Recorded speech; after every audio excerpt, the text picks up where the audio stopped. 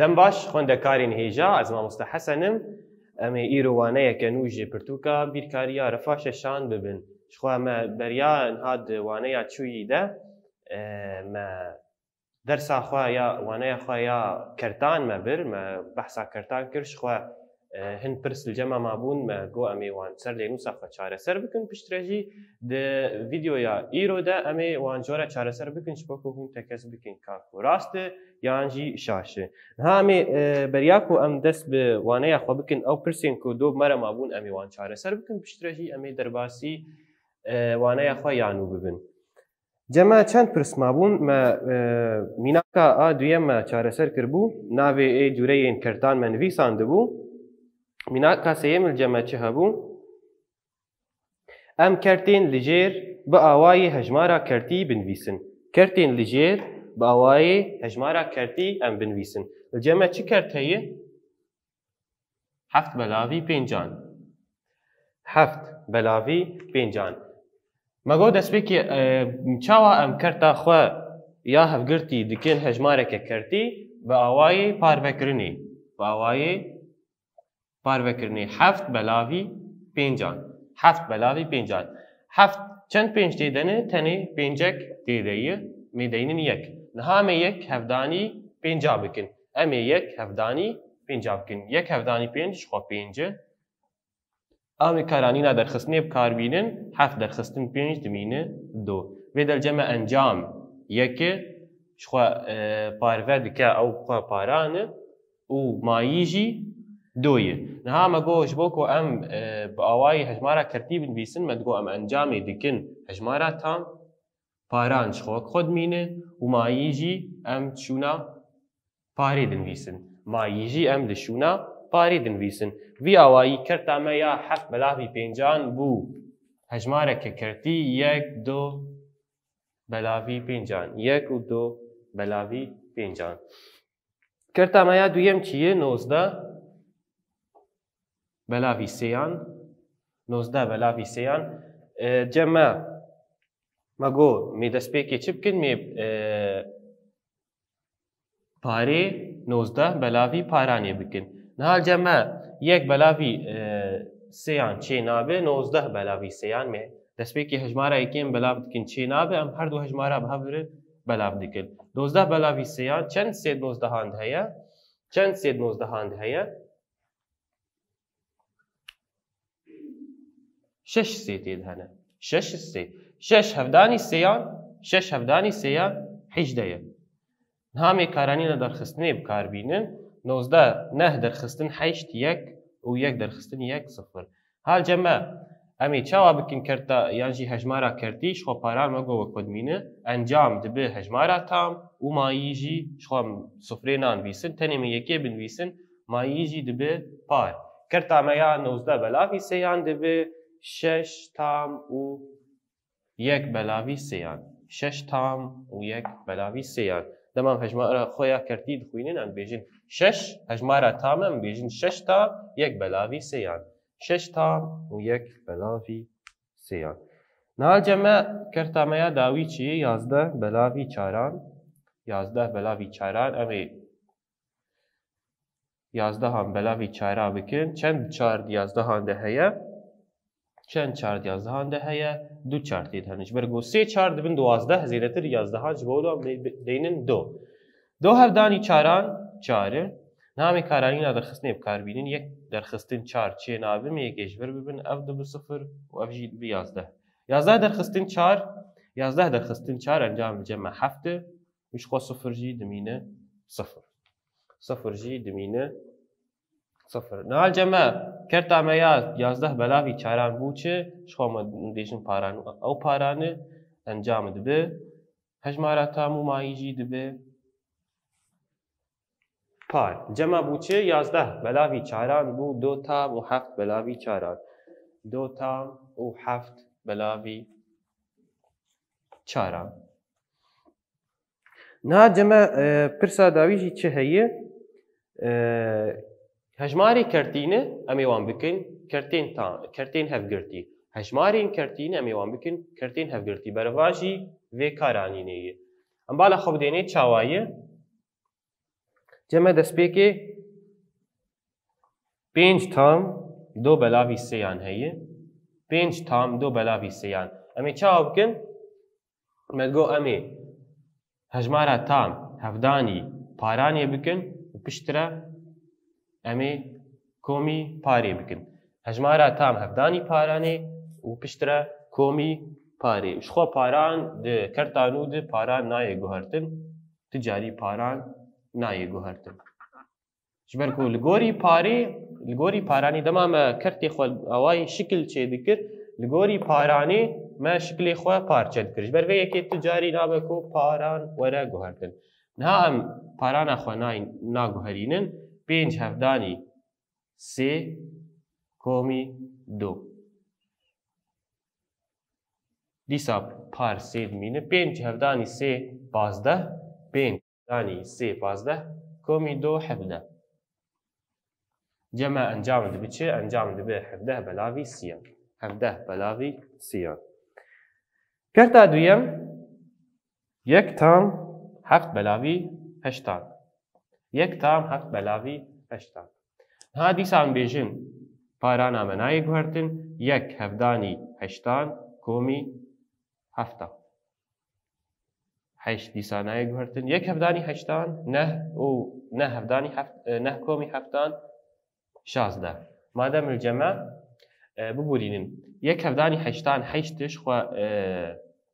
1 هفدانی چه هجماری دکن نای گوهرتن 1 هفدانی 80 8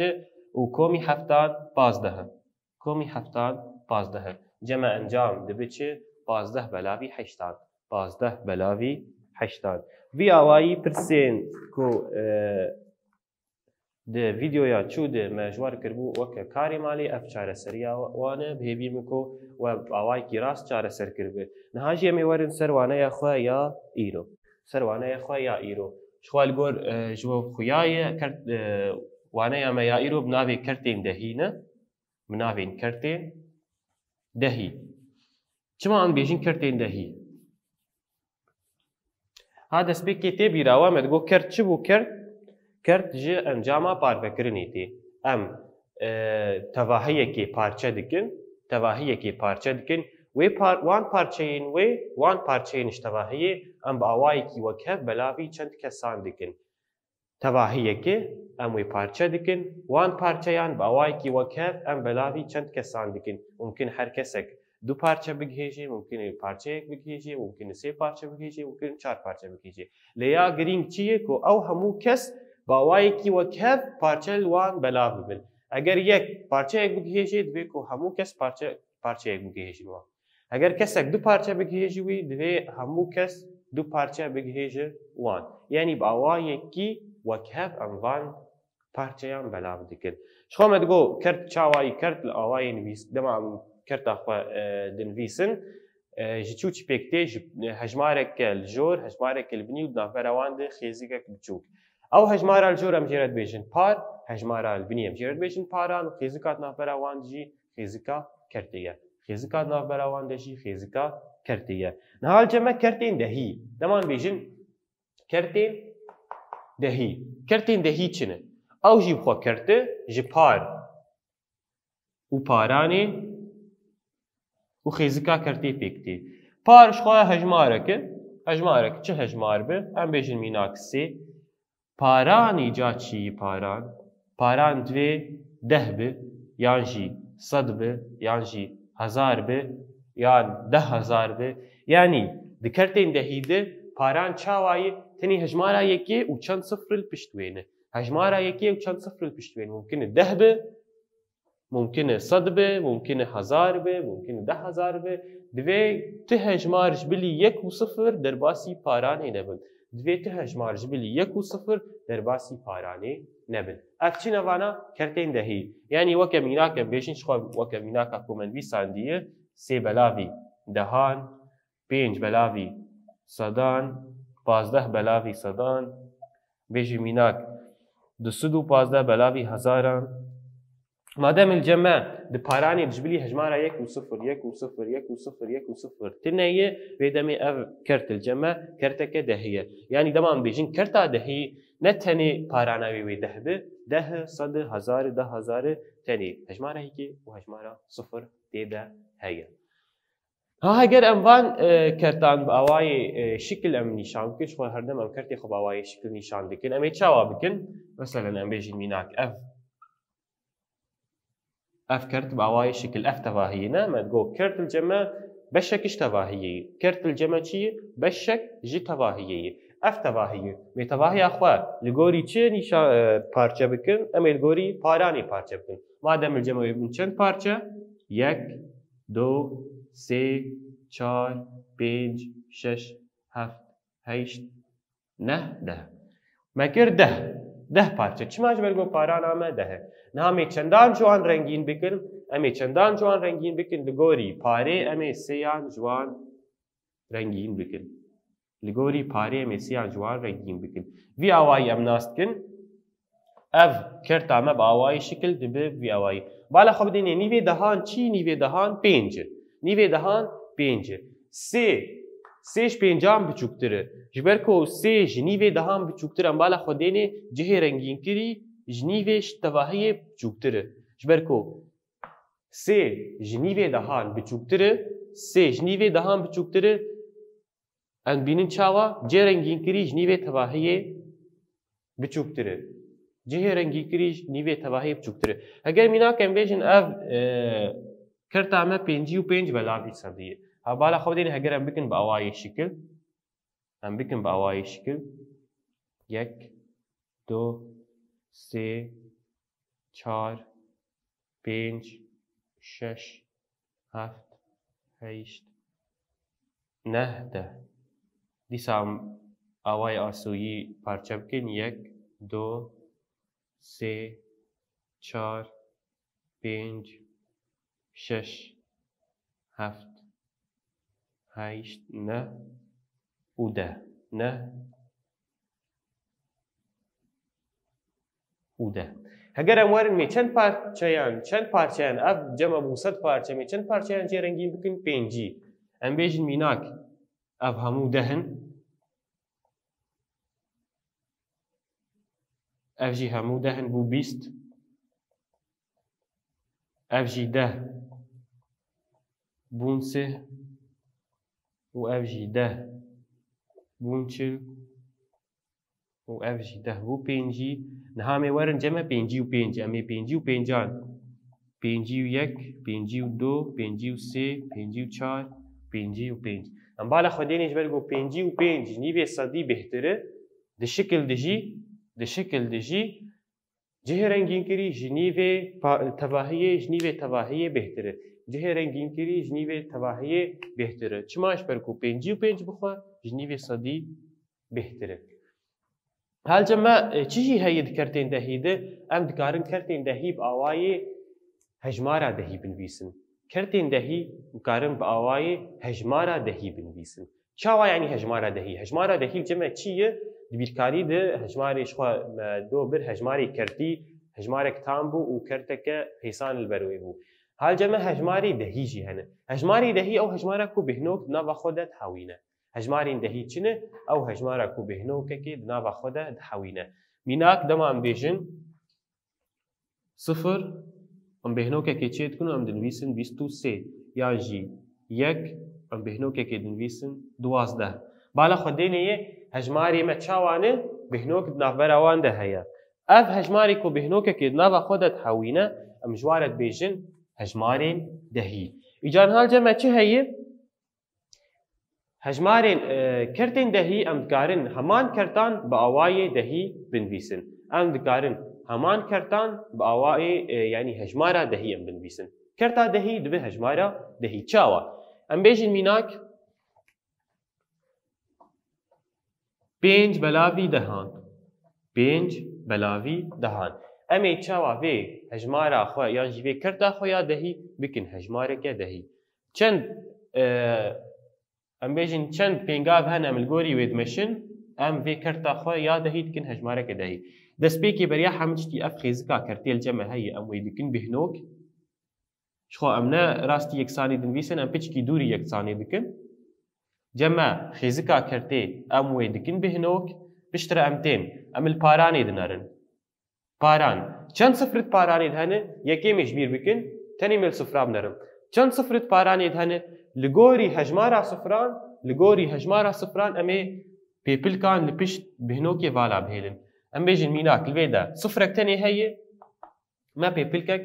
vala hişt sifrek tenê heye me pêpilkek vala hişt em vala xwe bidênê nihayî camê çi bikin em ê werin cem parê destpêkê em karê me ser xêzika kertê bû piştir em hatin ser paranê niha jî em ê werin ser parê em ê çi bikin mêj ji dawî di dest pê bikin em ê parê binivîsin par cem çî pênc pêpilkek û me pêncî tê danî pêpilkê me neman û li vê de li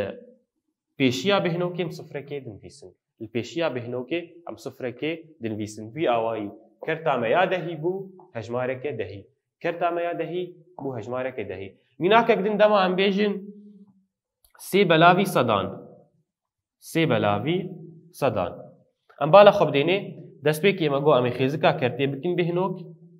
em ê werin çend sifir di paranê de hene çend sifir di paranê de hene du sifir hene madem em ê çend pêpilka vala bihêlin em ê du pêpilkan vala bihêlin parana me biborînin para me çî para me sêyê em ê ji dawî di dest pê bikin me sê danî vê dilcem me pêpilkek vala ma cihê vala herdem cihê vala dimînin em bi çi dadigirin em bi sifran dadigirin cihê ku vala bimîne em bi sifran dadigirin li vê de cem pêpilkek heye em ê wê bi sifir dagirin li vir jî em ê sifrekê binivîsin li vir jî em ê sifrekê binivîsin em bala xwe dêneyê cem sê belavî sedan bû çê me sifrek nivîsan bêhnok û sifrek din û sê ji xwe awayê xwendinê çawayê niha em ê awayê xwendina wê jî heye em ê wê jî nas bikin piştî ku em çend mînakên din binivîsin mînakek din heger em bêjin pazdeh belavî sedan pazdeh belavî sedan hal cem xêzika kertê dibe bêhnok cem du sifir hen mê du pêpilka binivîsin mê werin çawa bikin para xwe mê ji dawî dest pê bikin destpêkê mê deynin pênc piştre em ê yekê deynin û ji xwe li vê dekê jî em sifir dinivîsin niha em mînaka dawî jî em ê binivîsin piştre em ê werin wan çawa awayê xwendinê wan bixwînin em bêjin mînak du sed û pazdeh belavî dehan du sed û pazdeh belavî dehan bala xwe bidênê me got xêzika kertê em dikin bêhnok çend sifir li cem hen sifrek madem em ê pêpilkekê tenê vala bihêlin mê werin para xwe ji dawî de binivîsin min em çawa dikin me pênc nivîsan pêpilk li vir li cem man pêpilk neman em ê çi bikin destpêkê di van mînakan de pêpilk û hejmar bi hev re bi dawî dibûn pêpilk û hejmar bi hev re bi dawî dibûn me li vê de çi dinivîsan me sifir dinivîsan lê dema pêpilkê me bi dawî bibin û hejmara parê hîn ma bi em çi dikin tiştê mayî di parê de em hemû li pêşiya bêhnokê dinivîsin mesela vê dekê bîst û yek mayî em ê bîst û yekê binivîsin bîst û yek mayî em ê bîst û yekê binivîsin bala xwe bidênê me sifrek danî pêpilkek me hejmara pênca danî tiştê ma me li pêşiya bêhnokê nivîsan tiştê ma me li pêşiya bêhnokê nivîsan hal cem çi danînê rêbasek ji wer danîn di pirtûkê de dibêje dema em kertekê em ji awayê kerta dehî bikin hejmara dehî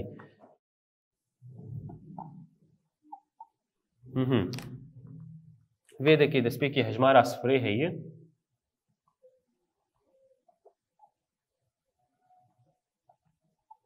hejmara sifirê heye ev jî bêhnok e ji xwe em jê re dibêjin bêhnoka dehî em jê re dibêjin bêhnoka dehî li vê dekê çi heye li cem vir hejmara yek pêpilk hejmara yek pêpilk dibêjî para kertê nîşan dike para kertê hejmara yek pêpilk para kertê nîşan dike. Çi wateya hejmara yek pêpilk para kertê nîşan dike. Dema em vê hevokê dibêjin mebesta me jê çi ye? Em bêjin hejmara yek pêpilk para kertê nîşan dike. Ev kîjan ev hejmara dehî di bingeha xwe de kerteke ku parana wê deh e. Kertek ku parana wê deh sıfrek terê dêde. Ji bo wilo me pêpilkek terê nivîsandî. Îca cimer dibêjin çi dibêje hejmara yek pêpilk yani ev pêpilka ku me ji sıfra paranê derxistiye ev pêpilka ku me ji sıfra paranê derxistiye ji mer çi nîşan dike? Ji mer çi nîşan dike? Hejmar para kertê. Para kertê. Mane me got beriyan hajî me got piştî em pêpilka xwe vala dihêlin em çi dikin? Em tên para xwe li wan pêpilka dadigirin. Para xwe di wan pêpilka de dadigirin. Ji ber vê yekê dibêjin çi dibêje hejmara yek pêpilk para kertê nîşan dike. Hejmara yek pêpilk para kertê nîşan dike. Yani nefsa wateyê ye enû em çawa dikin em para xwe di van pêpilka de dinivîsin. Îca heger parana me sed be wê du pêpilk bin. Heger parana me hezar be wê sê pêpilk bin. Heger parana me 10,000 be wê çar pêpilk bin. Li gorî sıfrên di parê de. Li gorî çi? Li gorî sıfrên di parê de. Li gorî sıfrên di parê de. Heta wexta em bêjin mînak dema me got mînak sıfır bihnokekê dinivîsin em bêjin mînak 12 ne? Ew di bingeha xwe de çi ye û di bingeha xwe de? Di bingeha xwe de me got enû 12 belavî sedî ye. Çima ji ber ku me xêzika kertê kir bihnok me di pêpilk nivîsandin me 12 jî dawî nivîsand û pêşiya wê me sıfır danî. Pêşiya wê me sıfır danî. Yani vala xwe bidênê çawayê hejmareke dehî ye û bûyê kerteke dehî ye bûyê hejmareke dehî. Kerteke dehî bûyê hejmareke dehî. Yani ev û ev heman nirxî didin nîşankirin. Ev û ev heman nirxî didin nîşankirin. Ti cudahî navbera nirxê wan ditine tenê cudahî di awayê nivîsê deyî. Tenê cudahî çi deyî cudahî di awayê nivîsê deyî. Niha dema ku em ê çend mînaka binivîsin mêser wan biaxivin mînakê ê hejmarê dehî mînak mê çend mînaka binivîsin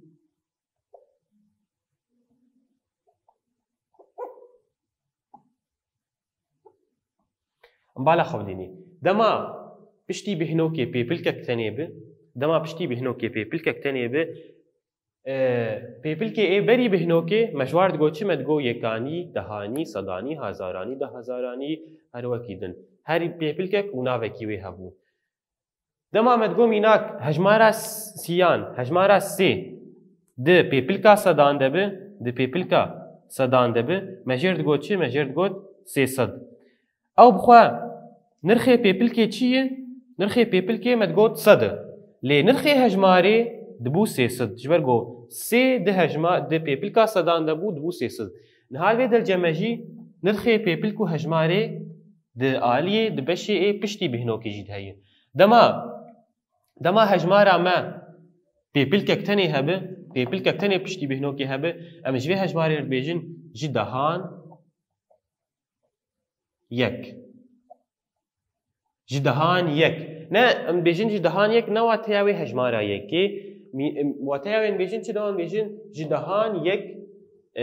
yani em bêjin ji dehan hejmarek. Ji dehan hejmarek. Ew hejmar mumkin 2 be, mumkin 3 be, mumkin 4 be, mumkin 5 be. Em nizanin. Lê em bêjin çend bêjin ji dehan yek. Yani ji dehan hejmarek. Ev çi ev nirxê pêpilkê ye. Navê pêpilkê ye. Navê vê pêpilkê çi ye? Ev pêpilka ji dehan yek. Yani em nabêjin ji dehan hejmara yekê. Na. Ji dehan yek navê pêpilkê yani tê wateya ji dehan hejmarek. Ji dehan hejmarek.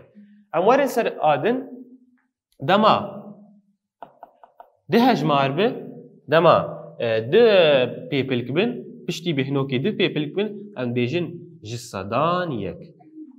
Ji sedan yek. Dîsa em nabêjin ji sedan 4 em bêjin ji sedan yek yani ji sedan hejmarek. Ew hejmar çi ye? Ew hejmar 4 e. Em werin ser vir çend pêpilkil ceme hene? Çend pêpilkil ceme hene? Sê pêpilk. Dema sê pêpilk hebin dema sê pêpilk hebin em bêjin ji hezaran یەک نەمبالە خۆ بدێم نابێژین جهەزاران دسد و دوازدە ئەم نابێژین جهەزاران دسد و دوازدە ئەم بێژین جهەزاران یەک یعنی هەزاران هەژمارێک ئەو هەژمار چی دسد و دوازدەهە ئاداوی بالە خەونەیە منان نەفساوەیە دو پێ بکن لێ هەژمار سی و یەکە دیساژی ئەمت بێژن ji سەدان یەک دیساژی ئەم بێژن ji سەدان یەک ji سەدان یەک چما ji سەدان یەک یعنی بێژین ji سەدان هەژمارێک ئەو هەژمار چییە سی و یەکە ئەو هەژمار چییە سی و یەکە لێ دەما ئەم وەرن نرخێ هەژمارێ دەرخن مەدگۆت نرخێ پێپلکا سەدانی دە نرخێ ئێ هەژمارێ سەدە نرخێ ئێ پێپلکێ ببورینن سەدە لێ دەما هەژمارە سێ دکەوێ هەژمارە سێ دکەوێ پێپلکا سەدانی دبێ سێسەد ئەف jî heger em nirxê hejmarê derxin li vê dekê em ê bêjin ji dehan do yan jî do belavî dehan ji dehan do yan jî do belavî dehan heger em werin vê derxin em ê bêjin ji sedan çar yan jî çar belavî sedan ji sedan çar yan jî çar belavî sedan heger em werin nirxê vê hejmarê derxin em ê bêjin ji hezaran دسد و دوازده یان جی دسد و دوازده بلاوی هزار اموال سرفیا دو پیپلکن مادام جی صدانه می بیجن جی صدان سی و یک یان جی سی و یک بلاوی صدی جی صدان سی و یک یان جی سی و یک بلاوی صدی حال جمع یا داوید چی هی داویده خوندنا هجمارین دهی خوندنا هجمارین دهی چاوام دخوینن ام بیجن میناک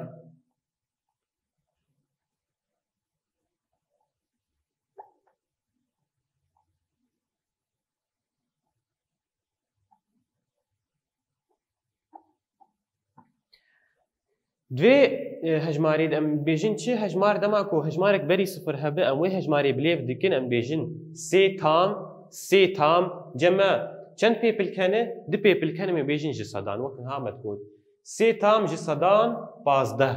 سێ تام ji سەدان پازدە ئەم وەرن vê dekê هەژمار دەما هەژمارە بەری بهنۆکێ سفر بێ ئەم نابێژین سفر تام ئەم نابێژین سفر تام تەنێ مێ بێژین ji سەدان چاردە ji سەدان چاردە li vê de dîsa sifir em nabêjin sifir tam em bêjin ji dehan yek li vê de du pêpilkin madem ji sedanê em bêjin ji sedan çar ji sedan çar heger mînakek din em bêjin vî awayî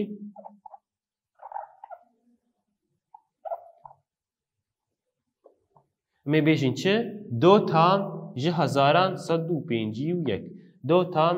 ji hezaran sed û pêncî û yek ji xwe rêbazkî din heye rêbazekî ji bo hezsankirina xwendinê ji bo bilezkirinê em bêjin mesela mînak çi sê bêhnok pazdeh sifir bêhnok çardeh sifir bêhnok yek yani ev rêbaz tê bikar anîn ev rêbaz wek xwendin rast e lê wek nirx wek cewherê hejmarê yani em nikarin bêjin awayekî rast e awayê wê yê rast em bêjin çi sê tam ji sedan pênc do tam ji hezaran sed û pêncî û yek ji sedan çar ji dehan yek ji sedan çardeh em vî awayî dixwînin lê ji bo hêsankirinê em dikarin bêjin mînak sê bêhnok çardeh sifir bêhnok pazdeh yek bêhnok hevdeh yanî vî awayî tê xwendin lê awayê wê rast bîngeha wê çi ye em vî awayî em dixwînin ji xwe ceme hînkarî heye hîndarî heye ev hîndarî em dîsa em ê bihêlin karê malê em ê bihêlin karê malê hûnê dilê nûsa xwe de çareser bikin û diwaneya bê de em ê wan ji wer ser de pê çareser bikin kam binerin heger we rast çareser kiribe ya şaş we çareser kiribe ji xwe em bihêvîn hemû bersivê we rast werin çareserkirin bihêvîn we baş ji waneyê fêm kir vê awayî em digêjin dawiya waneya xwe spas ji bo temaşekirinê bimînin di kêf û xweşî